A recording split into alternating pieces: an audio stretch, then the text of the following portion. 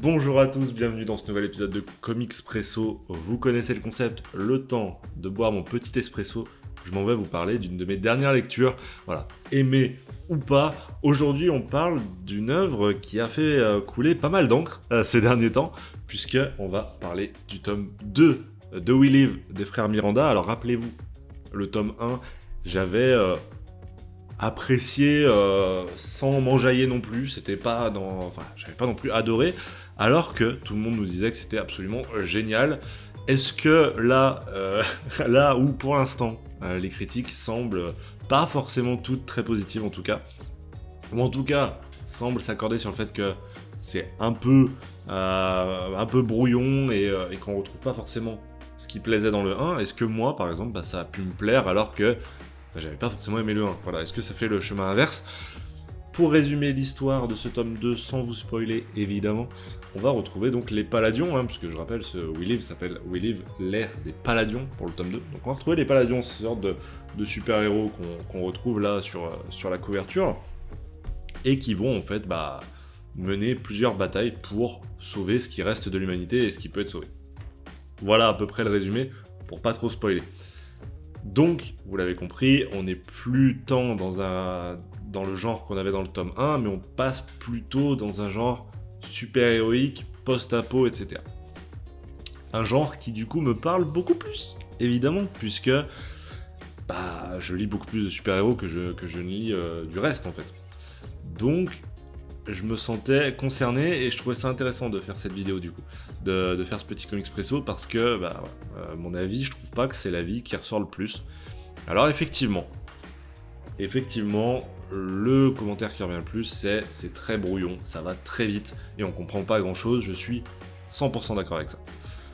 Parce que, je sais pas si vous pouvez vous remettre cette idée, mais quand vous étiez en cours, dans une matière où vous comprenez rien, et le prof continue de parler, et petit à petit tu sombres, petit à petit tu comprends de moins en moins ce qui se passe, c'est un peu ce que j'ai ressenti le fait d'être un peu à la traîne, je me suis senti un peu con de pas comprendre tout ce qui se passait. Et c'est pas très agréable comme sensation, du moins au début. Et très vite, je me suis mis dans le bain et j'ai compris qu'en fait c'était une lecture où il fallait être vraiment très actif dedans.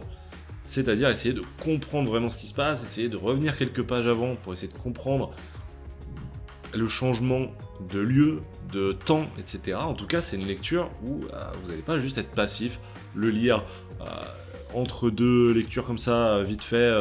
Non, vraiment, il faut être actif. Et à partir de là, ça m'a plu jusqu'à la postface. Parce que la postface, elle vous fait comprendre tout ce que vous n'avez pas compris, c'est-à-dire, en fait, vous venez de traverser une tempête. C'est exactement ce que je vous ai expliqué dans la postface. La postface, on vous dit bravo. Bravo, vous avez subi la tempête que représente ce tome 2.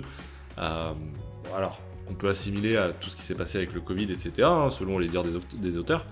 Moi, j'ai vraiment pris ça comme la tempête dans laquelle tu comprends pas tout ce qui se passe, mais au bout d'un moment, tu reprends tes esprits, les pieds retombent sur terre, et la tempête se calme. Et là, c'est un peu ça. Finalement, même si... Alors au début, je vais pas vous mentir, je pensais vraiment faire une critique pour détruire l'œuvre. En tout cas, me dire, c'est vraiment pas fait pour moi, le tome 1, j'avais pas forcément aimé, le tome 2, c'est horrible. Et en fait, j'ai préféré ce tome 2 au tome 1. Ce qui est très bizarre, parce que c'est pas l'avis général.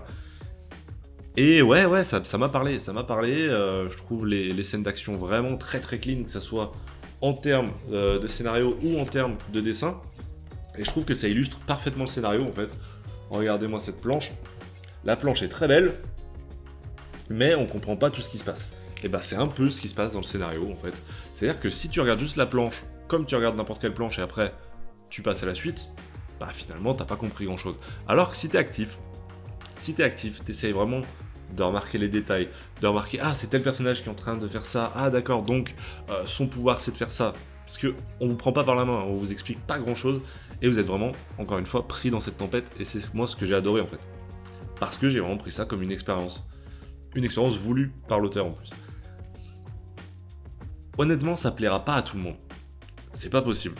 Parce que, encore une fois, ça demande une implication que tout le monde n'a pas envie de mettre. et que même en mettant, on n'est pas sûr d'apprécier ce qui en sort. Moi, j'ai vraiment beaucoup aimé, et du coup, ça fait que j'attends énormément le tome 3, qui est du coup promis par les auteurs comme étant l'après-tempête. Et comme on le sait, hein, après la tempête, hein, c'est le beau temps, hein, donc bah, j'ai hâte de voir ça. J'ai hâte de voir ce que nous réservent les frères Miranda. Ça a été à peu près confirmé, je crois, par 404 qu'il y aura un tome 3 parce que le tome 3 était prévu uniquement si les ventes du tome 2 étaient à peu près correctes.